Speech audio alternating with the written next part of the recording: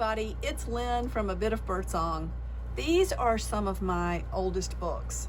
This book is the least old, or the youngest book out of the stack. The Harvester, Gene Stratton Porter. He's the author of A Girl of the Limberlost, Freckles, etc. So I would like to learn a little bit more about the author and the books. The date is hard to read. Let me get back to it. As you can see, the number is a bit faded. Even with a magnifying glass, it's hard to read. Even though the book is not that old, it is what's inside the book. And sometimes when I purchase old books, I might notice a receipt or something inside, or just a list, a grocery list. There is a name here, Madge Cook. And then we've got, it looks like Arlene Winninger. Soon she was close enough to prove that she was young and very lovely. Who knows what this book is about? Maybe I will read it at some point. This portion of the life of a man of today is offered in the hope that in cleanliness, poetic temperament, and mental force, a likeness will be seen. To Henry David Thoreau. Going through the book though, I guess you noticed at the very front, we have they may be rub-on transfers. That's what they look like. That or maybe very thin stickers. Going on through though, we have just some regular text. A few little stains and things in here, keeping pages stuck together. Then over here on page 214 is the tiniest little petal. It's really, really pretty and delicate. Then on page 236, 237, we have a rose, and you can see where it has stained the page a little bit. So beautiful and so wonderful to think about who held that. You can see there are a lot of areas that are stained, and even places like this looks like a piece of the text lifted off. It did. Look at that. So it's amazing that that little piece of text is still right there. Then we get over to page 263, and there is another bloom from a rose, almost totally, I won't say totally disintegrated, but it has definitely seen better days. Then we go on, and over here on page 317, we have an old bookmark. It says, I am the way, the truth, and the life. St. John 14:6. And it's very tiny writing around here, but it says copyright 1917. And we have a couple more roses, and you can actually see a lot of thorns on this one. I'm actually going to stick this on the next page. Then we get over here to page 327, and there is a tiny little piece of paper that says, to Arlene from Catherine Clark. I don't know if this book was gifted at some later point. It's impossible to know. And you can see, of course, that there is another very delicate flower petal. Then on page 361, we have a pansy, and isn't that gorgeous? I totally have plans to scan that with some ephemera. It is so beautiful. The color is perfect at this point.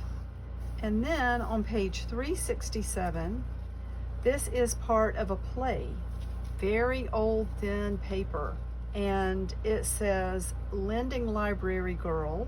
Over here you have the different parts. We have Evelyn, Harriet, Lending Library Girl, Harriet, and Evelyn. And there are some stage notes over here. It says enters stage with Magazine Girl, which is just quite amazing. I wonder how old that is. And then maybe the most special thing in here is this picture of the young man. There's no name on the back. And on the same page, we have yet more roses and leaves, and of course there's one of the few illustrations in the book. But when I saw that, my heart just skipped a beat. I thought, oh my goodness, I would love to know the full story. He's handsome. And then 405, we have a 4-leaf clover.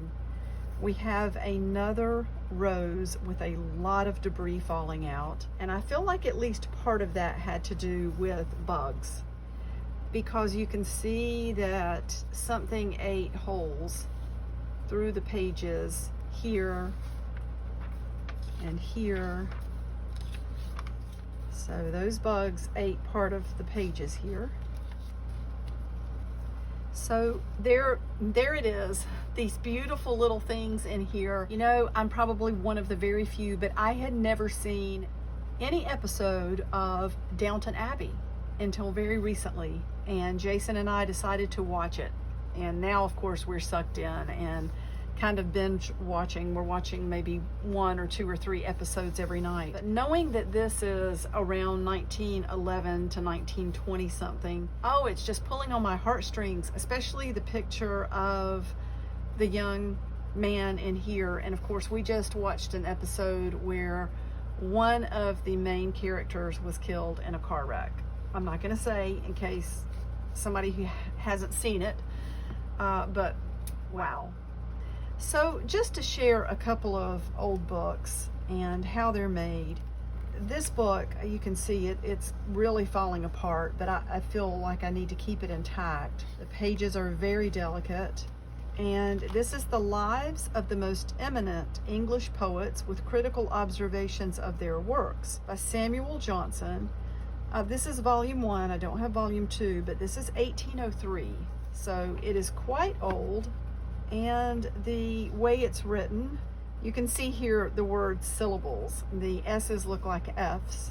Just really, really amazing to have something this old. This book is approaching 220 years old. Very old. You know, I love to flip through and see if anything is stuck in between the pages. And it's not always easy to find. I have purchased books before and didn't find out until a lot later that something was in between the pages.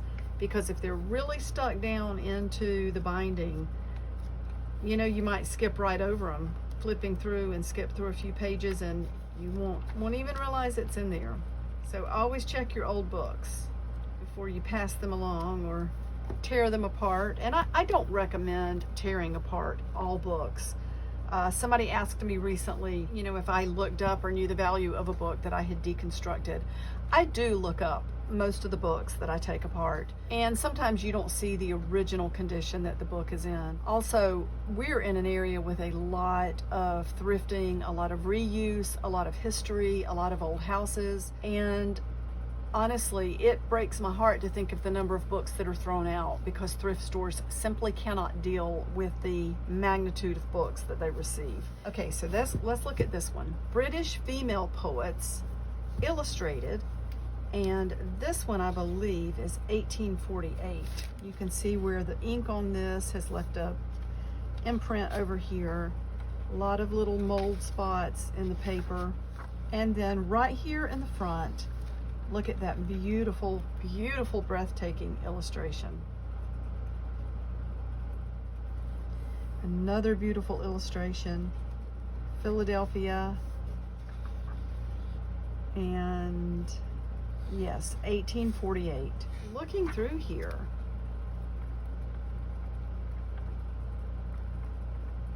the paper looks different in these old books.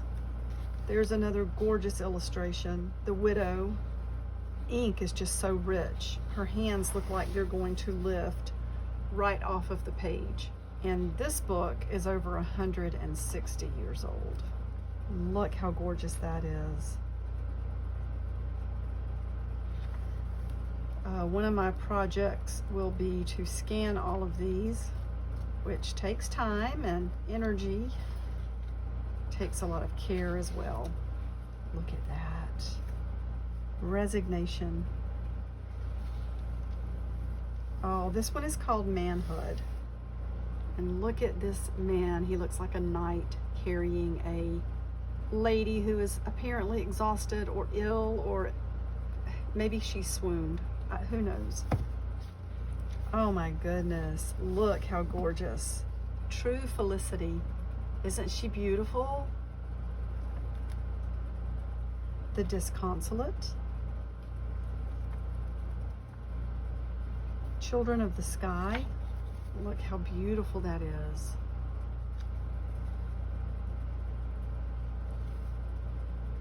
There's Estrella.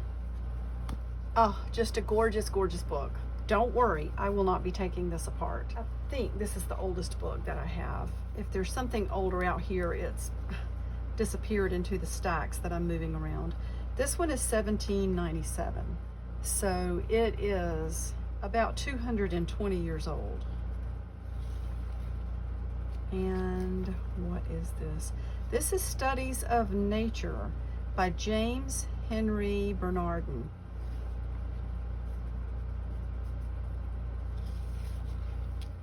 Huh.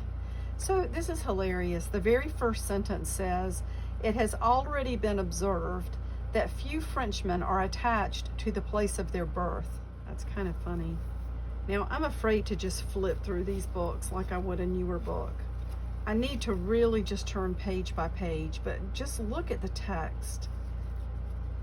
Things look so different when they're this old. The paper feels different. The letters are printed differently. You can see some of the pages are shorter than others or less wide. But it is just quite the miracle to me that this book is still around. And I know there are books even older than this. What gets me though is that, think of all the people who have held this and all the things that this book, all of the different periods of history that this book has seen. I would dare say there are germs on this book. I don't know, supposedly bacteria and viruses can't live on lifeless surfaces over a certain amount of time, but it still makes you wonder. So there is that book, and look at the outside here. The spine is pretty much gone. The cover is very worn, but you can see all of these little signatures, and you can kind of see the stitching as well. I hope you've enjoyed this as much as I enjoyed sharing these old books. I'm loving the results in the workshop, and I will be back really soon to give you a tour of everything that I've done. It's amazing. I love it so much. Thank you for watching, and I will be back really soon. Bye for now.